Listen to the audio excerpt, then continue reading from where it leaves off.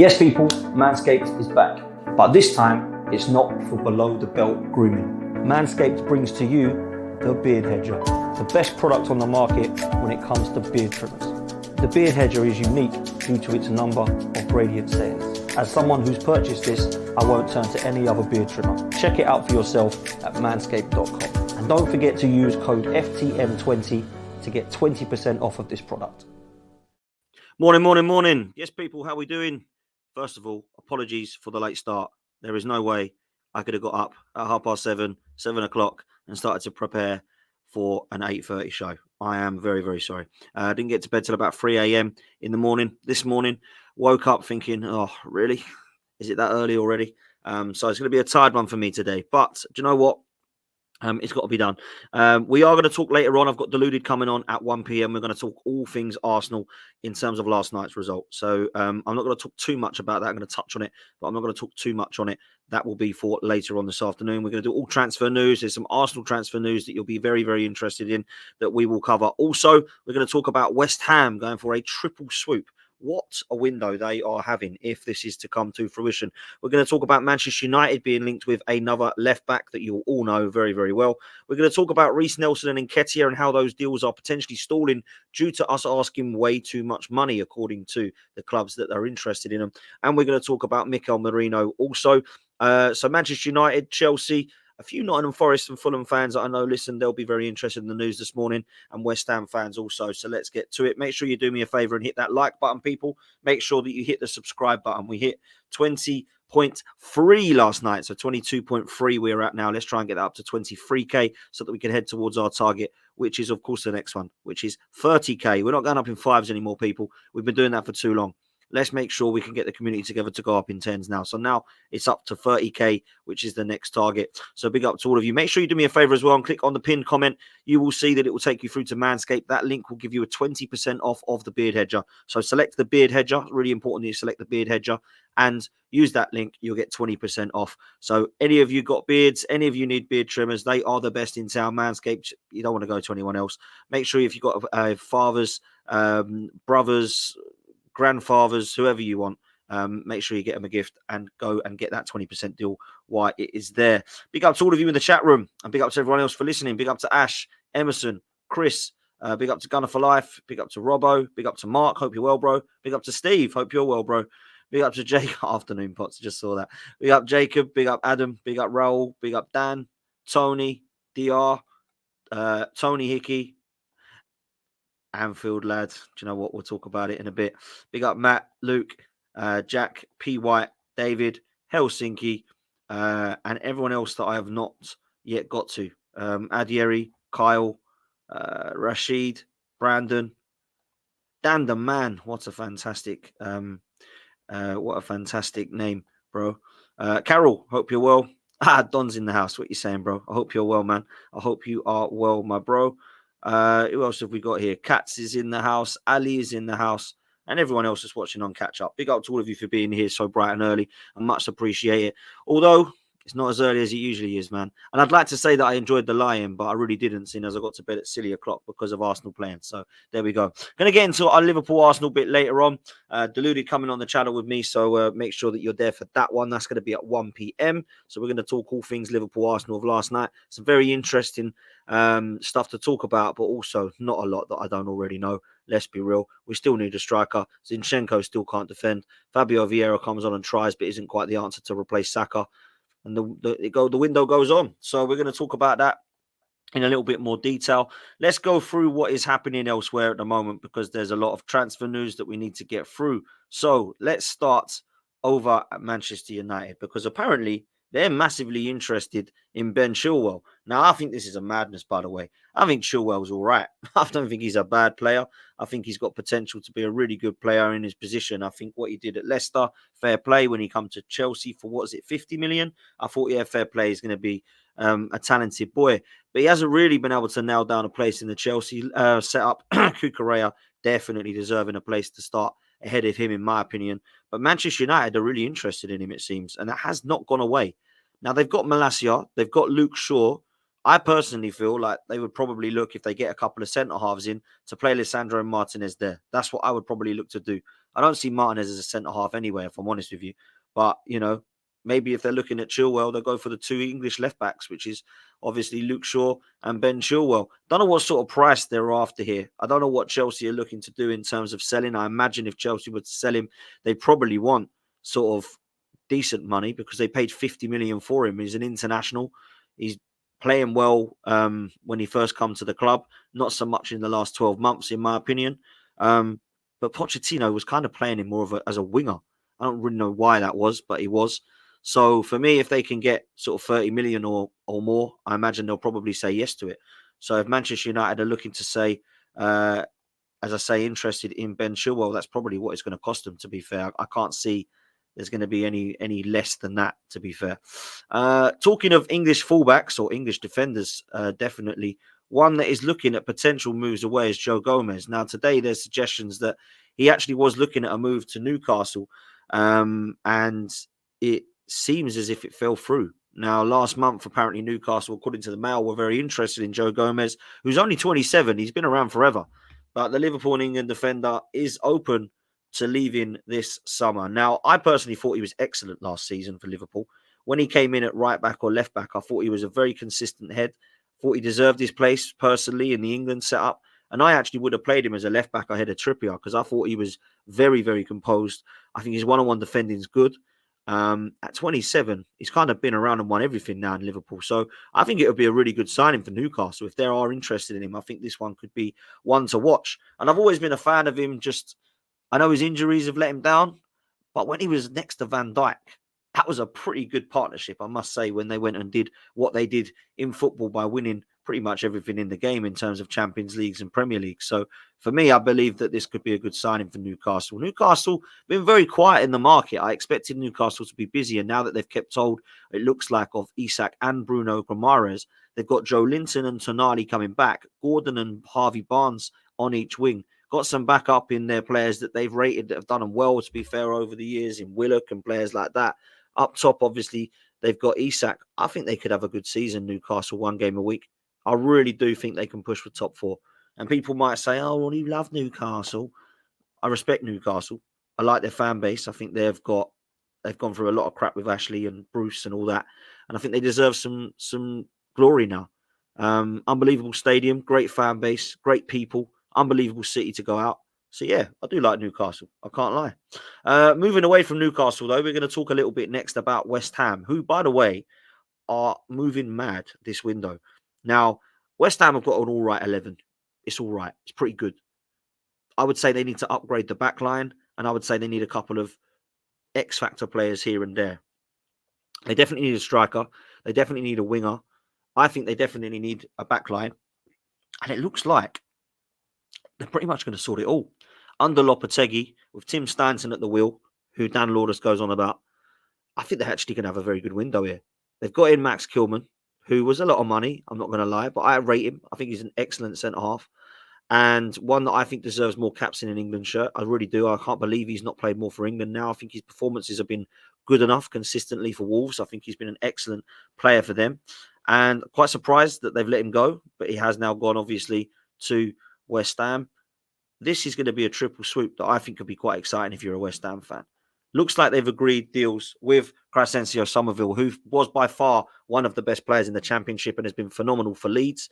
He can play wide, can play up top, can play in the 10. I think this is an excellent signing for West Ham. Around about 25 with add-ons, which should rise over to around about 30 million plus. I think Leeds fans are gutted because they wanted to try and keep him. But West Ham have got themselves a very, very good player here, who, along with Kudus and Bowen, can probably mix things around a bit now. Bowen can play up top. Kudus can play in the middle. Kudus can play both wings. Somerville, likewise, can play in a lot of positions in terms of versatility.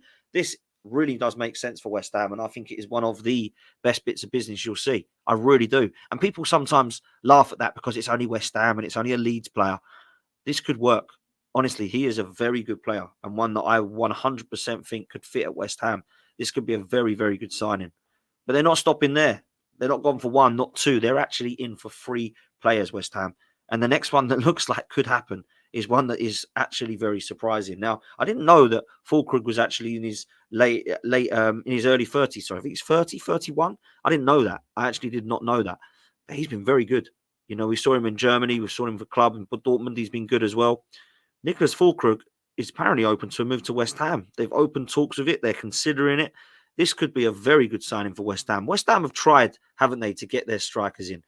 I remember when they bought Sebastian Haller, they bought, who was the other guy? Scamacca. They've never been able to get one to fit in. They've always gone back to Antonio or played Bowen up there. If they can get this guy, and it's fine keeping Antonio as backup because he loves the club and he's a great lad around the place, but this guy would be next level for them. So for me, I think this would be an excellent signing. Somerville and Füllkrug, adding to Bowen, adding to Paqueta, who we know is going to be able to play for the first few months until his investigation is ongoing. Obviously, Kudus as well, who's a massive player for them. I think it's a really good signing, potentially, these two. And then the third one, we all know is potentially going to be happening because it's Aaron Wan-Bissaka. Now, Manchester United look like they're going to be getting Mazraoui over at Bayern Munich, so they're going to have to get rid of either Dalot or Wan-Bissaka. Well, they're definitely keeping Dalot, so it looks like Wan-Bissaka's off. Now, £15 million for West Ham. He is a West Ham player because he's a one-on-one defender. He does not really do much to offer anything going forward, Wan-Bissaka. He can link up play, he can pass the ball, he can move forward, but let's be real, he's not really any threat in terms of creativity, in terms of moving forward, in terms of crossing the ball and getting into the box, creating any kind of real chances. But Wan-Bissaka's one-on-one defending is absolutely superb. I think it's unbelievable, if I'm honest. And people don't really like to talk about that much. This would be a good signing for West Ham. For £15 million as well, it's a steal, really. It's not like he's 26, 27. He's not like he's a kid who's, you know, up and coming and still growing. And it's also not like a kid who's in decline as a footballer. This, for me, would make sense. And that's Wan-Bissaka, Kilman, Aguerd, Mavropanos, obviously Zuma, whose legs are going. They want another right-sided centre-back from what we hear. It's probably going to look to have been Todibo, but they're also linked with Tomori. Let's see if West Ham can get one of those guys in as well on top. With Emerson playing left-back and Areola in goal, their first 11's pretty good.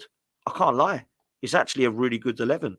And with West Ham not being in Europe this time, playing one game a week, they could have an all right season, you know. You know, we laugh and we take the mick out of Lourdes, but I actually fancy West Ham to do all right here. Lopetegui's an experienced coach. He's not the most exciting of football, but it's actually more exciting than Moyes football. Trust me. Yeah, I know Moyes was effective with what he won and what he did with getting West Ham into Europe. They weren't great to watch. When I look at Lopetegui football over the years, it has not been boring or rubbish to watch. Now, at Wolves, it weren't amazing. Don't get me wrong. But I don't think if you was to have Lopetegui coming into West Ham, that he would do that bad. I honestly believe this could be a good season for West Ham. I think it'd be interesting as a hammer right now, in my opinion. New regime, new manager, bit of fresh blood, I suppose, coming in. And I think personally, there could be an opportunity for West Ham to have a good season if they continue. Obviously, if they get another centre half in, you've got Areola, you've got Wan-Bissaka, it will be with Soufal to cover, Emerson as well over at left back, who I think's done well for West Ham. And then if they can get a partnership in Kilman and one more, and then they look at James Ward-Prowse, Alvarez, Paqueta, Kudus, Bowen, Somerville now, obviously up top, Füllkrug. Listen, I kind of think West Ham should be excited. I think that's a very good 11, man. Very good 11. So let's see where they're at there. Could be very interesting. That's for sure. Let's move away from West Ham. We are going to talk about Everton and Forest because they are linked with a couple of players. Raymond Souza from Paraguay. He is a player over in the Argentinian league. Talares, I think they call him. I'm not very good with the Argentina league, but apparently Everton and Forest are interested in him. Now, he's a Paraguay forward. He's 24 years old. Everton face competition from Nottingham Forest in their bid to sign him from, C.A. Talares. I'm not very good over there, but Team Talk are suggesting that that's a player that they're looking at. And Forest, 100%, are known for buying players and quite a lot of them in the transfer market. So let's see where we go here. Somebody they are also interested in is Jota Silva. I do not know much about Jota Silva. All I know is Nottingham Forest are interested in him. He's a Portuguese winger. It's around about 7 million euros is the deal they're looking at. 24-year-old. It could include a deal which would include up to add-ons of, I don't know, another 5 million euros. But Sky Sports are suggesting this one looks very likely. The Forest need another winger? I'm not so sure that they do. I mean, I know I'm all for backup and stuff like that, but when you've got Morgan Gibbs-White that can back up there, when you've got already the likes of Elanga and the likes of Who's the other guy I'm thinking of? Hudson-Odoi, that's the guy. They've already got some wingers, Nottingham Forest. So do they need another one? Maybe they do for backup, but I'm not so sure. Listen, he's someone I don't know enough about, if I'm honest with you. But they've highlighted him as a potential, and that is something to keep an eye on for sure. So let's see where we're at. Let's move to Wolves and Fulham, because Wolves and Fulham are both looking at this guy. Isaac Toure. I don't know enough about this guy. But Wolves and Fulham have entered the race to sign him. He's a 21-year-old French international, Isaac Toure, and he's from Lorient, which is a club that Arsenal used to absolutely love getting players from. I remember we bought Francis Coquelin from there, Matteo Guendouzi from there. I'm sure we bought Jeremy Aliadier from there. There's quite a few players that have come from there. Koscielny come from there. So, yeah, they're a club that have definitely produced some talents. But this, personally, is a player that I think you should keep an eye on. 21 years old, he's in the unders for France, and Wolves and Fulham have entered the race to sign him. Now, if there is Wolves and Fulham interested, there might be a little bit of a bidding war for the Lorient centre-half. So for me, this could get very tasty. Don't know enough about him, but trust me when I say this, there's enough French centre-halves on the market that are pretty decent. So I think watch what happens here. This one could be interesting. However, good news for Wolves is that Fabrizio Romano has said that Fulham have actually agreed a deal already for a centre-half. It's 24-year-old Spanish centre-back Jorge Cuenca. Now, I don't know if I've said that right. I hope I have. Jorge Cuenca from Villarreal. Obviously, he's replaced Tosin, which is a guy that's gone to Chelsea from Fulham. So Fulham have got their centre-half that they want to replace him with. 24-year-old Spanish centre-half Jorge Cuenca. He was at Barcelona, apparently. He's now at Villarreal, but Romano says that one is agreed. So that looks like he's going to head over to Fulham and replace Tosin. So let's see if Fulham miss Tosin. I mean, he's a good player, but is he really elite level? I never thought so. I thought he was a good defender, but I think Chelsea have got himself a good defender, not an elite one. That's for sure. So let's see what happens. Okay, let's move to this guy. This is a guy I always thought was going to do well, and I actually believe he should have stayed in the Premier League. Now, I understand why he went, because he wasn't getting first-team football, and he's done well over in Italy, but I think if a Premier League club were to bring him back, it would be a good signing, and that is, of course, Tammy Abraham. Now, there are some English clubs apparently looking at him. Everton, I suggested, were a club that were looking at him. I believe Brentford and Forest were looking at him. I imagine the movements of their strikers potentially allowed them to perk up some interest, but at the moment, it looks like the Roma forward Tammy Abraham, who's only 26 years old, by the way, is wanted by AC Milan. Now, AC Milan look like they're trying to get back. Obviously, Inter Milan are the ones over there at the moment that are looking like they're going to dominate. Juventus with Thiago Motta, watch this space, see what happens there. But Roma, certainly for me, looking to sell Tammy Abraham. And if they can get money for him, it looks like AC Milan are the team that would want him. So, yeah, interesting one, that one. I believe it could be an interesting move for him to see where he sees his future. He's clearly happy in Italy if he's looking to go to AC Milan. But I just wonder if there's a couple of clubs that would be interested in this one. I'm surprised West Ham aren't over this, if I'm honest, because they're looking at strikers. I would have thought this would be a good signing. So, yeah, we'll see where we go there. PSG, let's talk about them very quickly, because they have finally agreed a deal for Joao Neves. This is a really good signing for me. They've agreed a deal which is around about £50 million, 60 million euros, plus 10 million euros on add-ons. They're also allowing Renato Sanchez to move the other way on loan. So he's kind of going back. I know he's in a Bayern Munich shirt here, but he's kind of going back over to Portugal, to Benfica, and he will start his career again on loan. Now, he's only 26, and everyone said he was going to be the best player in the world. I never saw it. He went to Swansea at one stage, and I never saw it. Bayern Munich, PSG now. I just don't think this kid has managed to blossom into the player people thought. And we sometimes get that. I remember years ago when Freddie Adu was 15, 16, and everyone said, this is going to be the next Rivaldo. And it just never happened. Sometimes it doesn't. He was hyped up massively. They all said he was going to be the best midfielder in the world, and it never happened. So for me, this one is a very interesting one. Renato Sanchez going the other way from the signing of Joao Neves, who, by the way, I think is an absolute baller. And I do think would have been suited to the Premier League. I think he is an absolutely elite level potential. I think he's such a good player. When you look at him on YouTube, go and put the compilation in, you'll be like, your mouth will be dropped, mate, at how good he looks. It is phenomenal. Absolutely phenomenal. One player who does not look likely to leave at the moment, unless reports are suggested that there are heavier links, is Ivan Toney. Now, there's a lot of talk about Ivan Toney not leaving for the pure fact that the striker that they've brought in,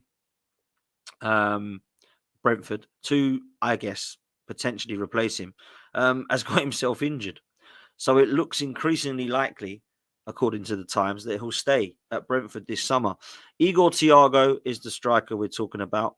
He was £30 million. He was signed as a potential replacement, and he's had knee surgery, which will sideline him for most of 2024. So if he's not going to be back till January of the new year, can they afford to let Toney go?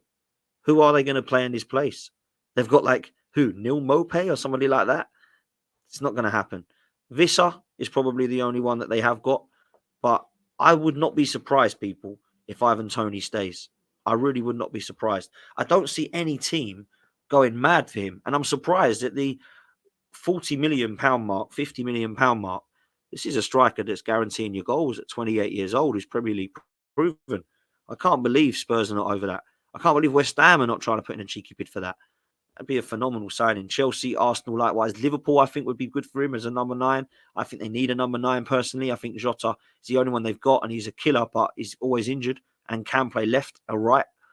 I'm surprised. I really am surprised that Ivan Toney is not one that is leaving. Let's finish on some Arsenal news. At the moment, not really Arsenal news, but we've been linked with him, of course. It looks likely now that Nico Williams will be staying at Athletic Bilbao for one more season. Sounds like there's some family, personal, kind of personal issues that he wants to commit his future for another year anyway at Atletico Bilbao. So the Athletic Club he's going to stay at. But will he go now, the following summer? Are we going to be all over this the next summer? Are Barcelona still interested in him? I personally feel like he'll have one more year there and he'll stay in Spain and go to Barcelona, but not too sure. It looks as if the Dani Olmo deal is probably going to happen to Barcelona as well. That's a good signing for me. So will he start to join his teammates over there? Lamine Yamal, obviously, Nico Williams and Dani Olmo. They'll already be joining Pedri, Gavi, all these guys that are over there they know. So I imagine that will probably be the one that where he goes. But could be interesting. I think it will be announced, though, that he's staying very, very soon. Let's talk about some exciting news as far as Arsenal are concerned. It looks like another signing is going to be imminent. We are agreeing personal terms with Mikel Merino. He is set on Arsenal. Yes, there has been interest from Barcelona and Atletico Madrid, but he wants Arsenal. He looks to have been convinced by Mikel Arteta and Edu selling him the project at Arsenal, and he sees himself coming in and being a big part to play in our midfield. Now, we've got Partey and Jorginho that play in the 6. Rice can play there too. Rice being played in the 8 or wanting to be played in the 8 definitely this season. But Mikel Merino can play there too. So is it going to be Rice, Merino and Odegaard? Or is it going to be Partey, Rice and Odegaard with Merino coming in as backup and Jorginho there as cover too? I don't know that we'll get another midfielder. I kind of hope that we do. But at the moment, Mikel Arteta definitely sees this guy as the next signing. And it looks as if it's going to be pretty much agreed. It looks like the fee is in the region of 30 million euros. As I said last night on the show, if you didn't, go check it out. All of the Romano tweets, all of the Ornstein tweets, all of the other sources that have suggested this deal is going to be a go were looked at last night's show. So please make sure you go onto last night's show and take a look at that to read it more in full. But Mikel Merino, I think, is going to be an Arsenal player. So let's see what we think about that one, Gunas. Are we happy? It doesn't move the needle. It doesn't mean we're going to go win the Premier League now. But he's certainly a player we need. I mean, in the left 8 position, it's definitely an area that we need to be looking at for me. So I think it could be a good signing. For that money as well, it's not a huge risk, is it? For a 28-year-old who's experienced, who's doing well over at Sociedad, who's seen as a proper box-to-box, a proper number 8, somebody who's given us a little bit of physical attributes. He's quite imposing, 6'2", good in the air as well, aerial threat, scored a good goal against Germany in the semi-finals against Germany for Spain. So this could be a really good signing for Arsenal. It could be. And it's one that we really need because our midfield is looking short. It really is. So that for me, it could be a depth signing. It could be a starter. Let's see where Arteta sees him. Looking at outgoings, this one's stalling.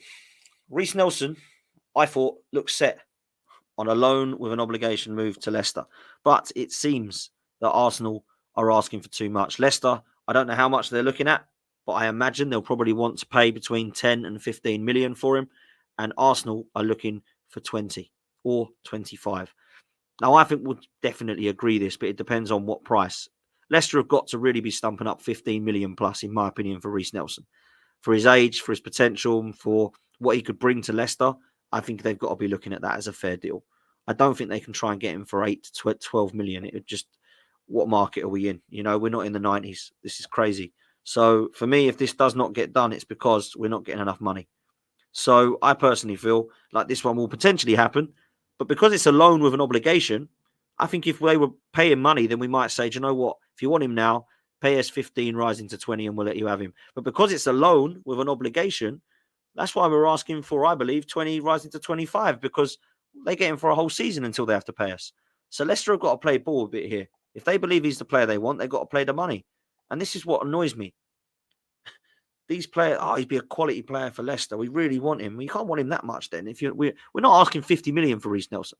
I then go, whoa, that's a bit harsh, Arsenal. He's not that good. You know, we can't sit there and slander these players and say they're not good enough, not good enough. Then go, we want 45 million for him. Yeah, I bet you do. But you ain't going to get it because, like you just said, he ain't good enough. So for me, as much as I think he'll be a good player for Leicester, and I'm sure he'll start and do well, we have to be realistic about it. But so do they. And I think 15 million rising to 20 in add-ons would be a fair price for Reece Nelson. I don't think we could ask much more than that. So that's why that one's stalling. Overpriced. I'm sure it will get done. I'm sure there's some negotiations taking place. And if they're not happy, they'll go and find someone else. And we'll get another buyer for Reece Nelson. But let's see where we go. The other one that's stalling, of course, is Eddie Nketiah. Marseille are very interested. Eddie is very interested in leaving and going to Marseille. Aubameyang apparently, according to reports, has been on the blower saying, come and join me at Marseille, Eddie. The 25-year-old has said that he will leave Arsenal. He's also said that he wants first-team football and he's happy to go to play for De Zerbi at Marseille. But Marseille are putting in a ridiculous offer. 20 million euros, which is around about 17 million pounds. That is not enough for Eddie Nketiah. Now, I'm not going to lie to you. I don't think there's much more that we could get for him. I'm not going to say that he's 45 million or 50 million euros that Arsenal suggested they wanted. But certainly 25 rising to 30 is what's about right for Eddie Nketiah in this market, in my opinion. He's a 25-year-old lad that's actually more experienced than people give him credit for, and he can score goals. In Liga, and he'll definitely score goals. So for 20 million rising to 25, I don't think you can sit there and say that that is a bad deal at all. So I think that one will probably get done, but we need to negotiate it better. And Marseille need to play ball if they want him. So that's what I would say. I think it could be a good one. Yeah, I saw that, Kyle. Aubameyang moved to Saudi.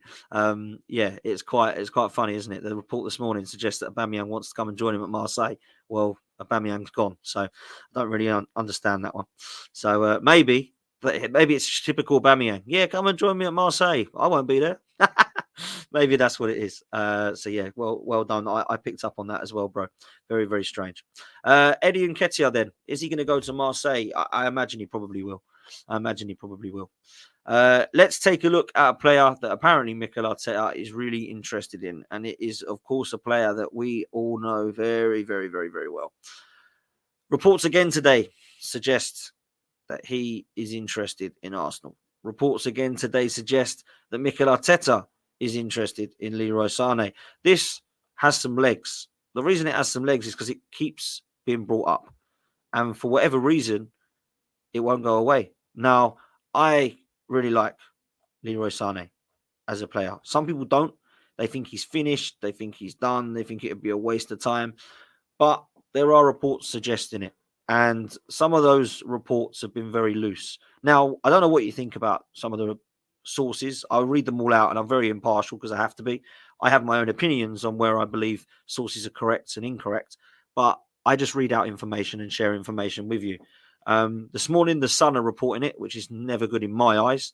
But there's definitely other sources as well that are reporting it. But Arteta is apparently reportedly keen on signing Bayern Munich's Leroy Sane. And apparently, this last bit is interesting.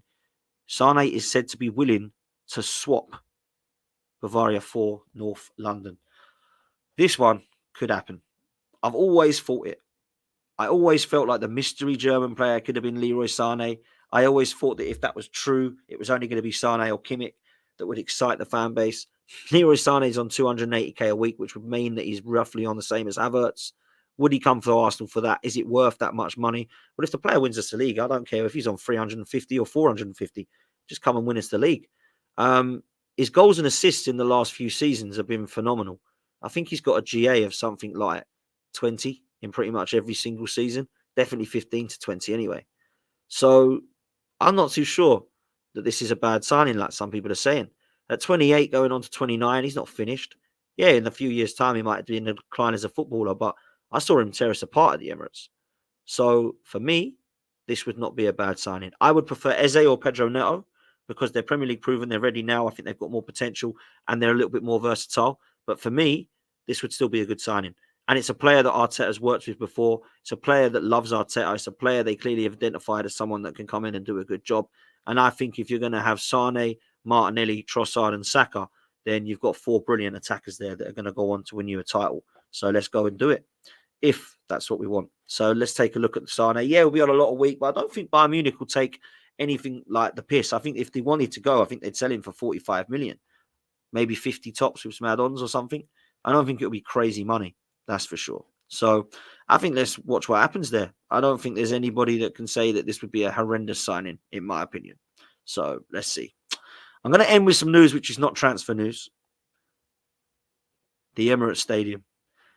Reports have suggested in the Daily Mail that the Arsenal owners, Stan Kroenke's, or KSE, Josh Kroenke as well, should I say, have revealed they've opened discussions around upgrading their home stadium, the Emirates Stadium.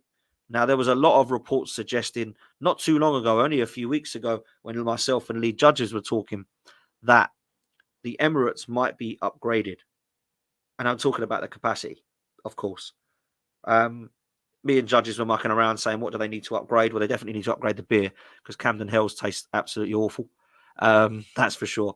But there's stuff they can do and have done around the ground, which definitely is going to improve it. And I'm sure that will continue. But if we're talking about capacity, we have something like 30,000 people waiting on our season ticket list. That means we need to try and get somehow this as close to 100k as we can. Now, I don't believe that that's going to happen. Manchester United are reporting that Old Trafford is going to one day be a 100,000 seater stadium, which is going to take years. And if this was to be extended, it would take years also. Not quite as long, because I think they'd probably knock Old Trafford down and start again, whereas the Emirates, I think they'd build on. Now, people will say, where'd you go? Where'd you get more seats in there? What are you going to do? You're going to knock it down, build it? No. Actually, what they could do, I don't know how many of you have been to the Emirates, but bear with me if you have not. There are 2 TVs diagonally to each other. And after the TVs, the Emirates, if you can see my hands, does that. It curves. And then it keeps going. Curves, curves, curves, right the way round the Emirates Stadium. They could put seats in that. They could start to look at maybe filling in some gaps there, potentially. Working on one area of the stadium at a time. Yeah, it might be a bit of a squash. Potentially, if they did that, they might have to do health and safety-wise or structurally something different. But there's certainly some space. So for me, if we was to get it up to, let's say, I don't know, 75, 80,000, then that would be good. That would be good. Yusuf, absolute legend, man.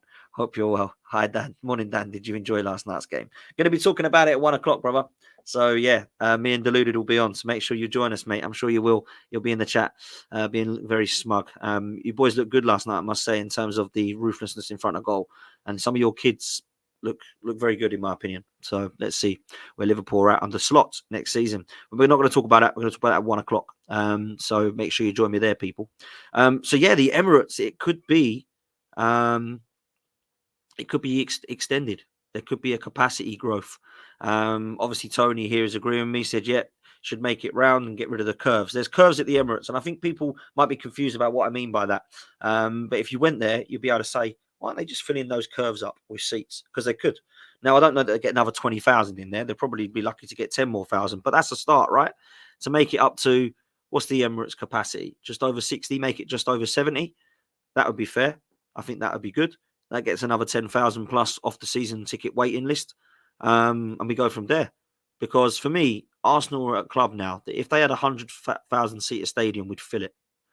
We're not at that stage anymore where at Highbury we were on 35 and, if we get 50,000 seater stadium, everyone will be fine. We've gone past them days now. We're actually globally huge. And when I was growing up, we were a big club, a massive club. But I think even more so now, globally, we're huge, absolutely huge.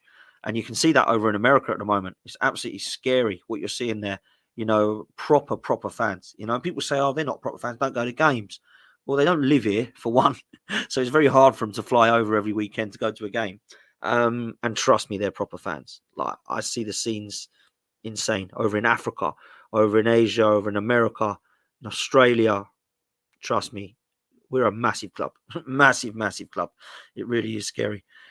So, watch this space. Are Arsenal going to increase their capacity?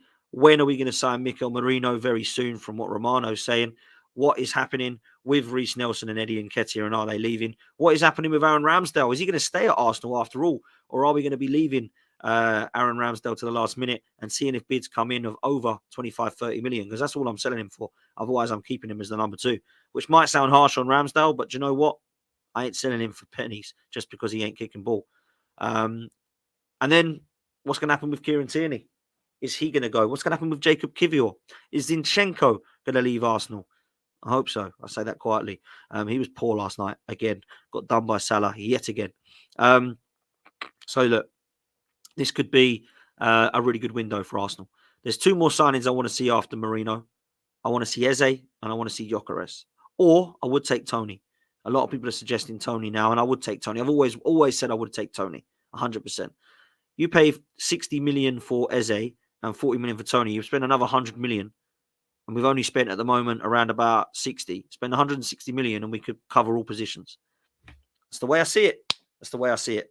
Listen, people, do me a favor. Click on the pinned comments. Make sure you've sorted yourself out. Manscaped. Manscaped is the only place to be for beard trimmers. Make sure you select the beard hedger. 20% will come off automatically using that link as long as you click on it. So please make sure that you do that.